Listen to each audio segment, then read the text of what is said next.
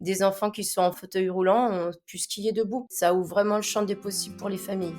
Bienvenue chez Baby Safe, le podcast où nous explorons les thèmes délicats entourant la parentalité extraordinaire. Cet été, nous vous proposons une série spéciale de 4 épisodes hors série où nous partons à la rencontre de parents qui ont créé des solutions innovantes et utiles pour les familles touchées par la prématurité ou le handicap chez l'enfant. Dans ce deuxième épisode hors série, nous rencontrons Julien et Coralie Bonner, un couple remarquable. Ancien 3e ligne du 15 de France avec 75 sélections, Julien a fondé avec sa femme l'association Handy Move and Fun pour que chaque enfant en situation de handicap puisse goûter aux joies du sport adapté. Edith, leur fille de 8 ans, est atteinte d'une paralysie cérébrale. Pour commencer, Julien et Coralie nous révèlent le moment où Edith a découvert le ski, transformant l'impossible en possible.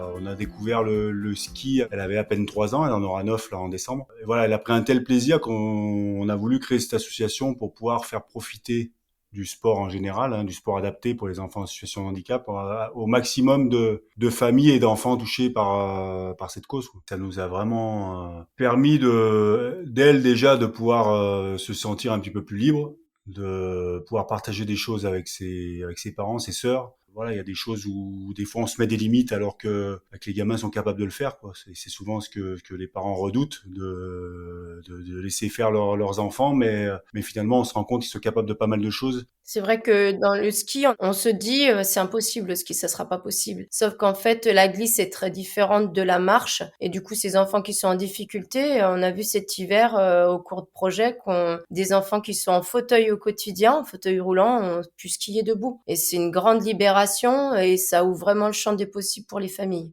Alors justement, concrètement, quel projet avez-vous pu développer depuis la création de l'association il y a moins de 2 ans ? On a commencé d'abord par financer du matériel adapté pour le ski qu'on a placé en station. Je pense qu'à ce jour, on a une 12aine de machines qui sont placées dans différentes stations, notamment La Plagne, dans les Pyrénées, les Angles. On a aussi l'Alpe d'Huez et d'autres, en fait. Ça, c'est des éléments qu'on va rapidement mettre en place sur notre site internet de façon à ce que les familles y aient accès. On a aussi organisé une sortie ski cet hiver. C'était une première. Avec le Ski Club de Bourgoin aussi, on a mis en place un projet qui naîtra dès l'hiver prochain où eux-mêmes, une fois par mois, ils ouvriront leur école de ski aux enfants en situation de handicap. Eux aussi, ils auront aussi du matériel à disposition. Et puis, on a financé un équilève pour un centre d'équitation pour les enfants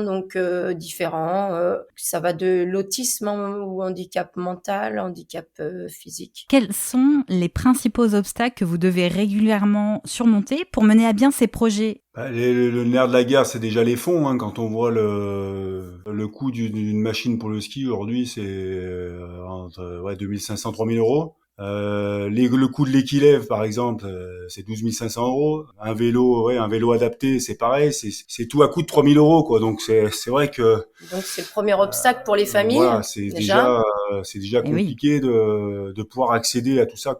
D'autant plus que les enfants grandissent, donc comme tous les enfants, et que le matériel, il doit être réadapté en fonction de l'âge. Donc ça devient quand même très très compliqué pour tous. Deuxième obstacle, c'est les volontés en fait. Avez-vous observé des bienfaits pour ces enfants ? On peut parler pour notre fille, mais c'est valable pour tous. En fait, elle a commencé le ski, elle avait à peine 3 ans, et les premiers instants sur la Go-To-Ski ont été révélateurs pour elle et pour nous, ainsi que pour le moniteur qui l'accompagnait, puisqu'en fait tout le monde pleurait. C'était une enfant qui était crispée par certainement les douleurs qu'elle ressentait, et en fait elle a éclaté de rire. Donc déjà rien que là, il y a eu un déclic qui s'est produit, et puis pour nous, ça donne envie que ça s'arrête plus en fait. Oui. Oui, et puis là, sa kiné, c'est vrai que quand on fait une semaine de ski, il y a une grosse différence. Il y a des progrès. Grosse différence sur ses membres, quoi, forcément, parce que quand on fait 2 fois une demi-heure de kiné dans la semaine et quand on arrive maintenant à faire quasi entre 3 et 4 heures de ski par jour, c'est bon. Elle investit beaucoup plus sur tout ses ce qui est muscles. gainage, sur l'assouplissement des muscles, voilà, ça l'a fait énormément travailler. Et puis surtout, ça lui fait du bien mentalement aussi. Donc. Et j'imagine aux parents aussi. Aux parents aussi, oui, tout à fait. Julien, comment votre expérience dans le sport de haut niveau influence-t-elle votre vision du handicap ? C'est plus sur l'ouverture d'esprit. Et c'est vrai qu'on est amené en équipe, on joue avec des joueurs de tout profil, de tout pays. Voilà, et chacun est différent, mais c'est aussi ce qui faisait la complémentarité dans une équipe. La différence, on l'oublie un petit peu, quoi. Et c'est ce qu'on a envie aussi de prôner au niveau du handicap. Voilà, aujourd'hui, c'est essayer de s'ouvrir, de faire participer tout le monde ensemble, à la fois pour que ceux qui sont touchés se sentent un petit peu plus inclus, et pour ouvrir aussi les yeux à ceux qui le sont pas, pour leur faire voir un petit peu ce qu'est le quotidien des fois difficile des personnes en situation de handicap, quoi. Quels sont vos prochains objectifs pour l'association ? Les objectifs, c'est renouveler la sortie ski. On a aussi un course-ton qui va être programmé. On continue la sensibilisation dans les collèges. Comment nos auditeurs peuvent-ils soutenir votre cause ? Déjà en regardant notre site, handymovefun.com, ils peuvent aller jeter un œil. Ils peuvent aussi participer financièrement en nous faisant un don qui ira forcément dans tous les projets qu'on mène petit à petit. Essayer de parler de ça pour faire changer un petit peu les mentalités des gens.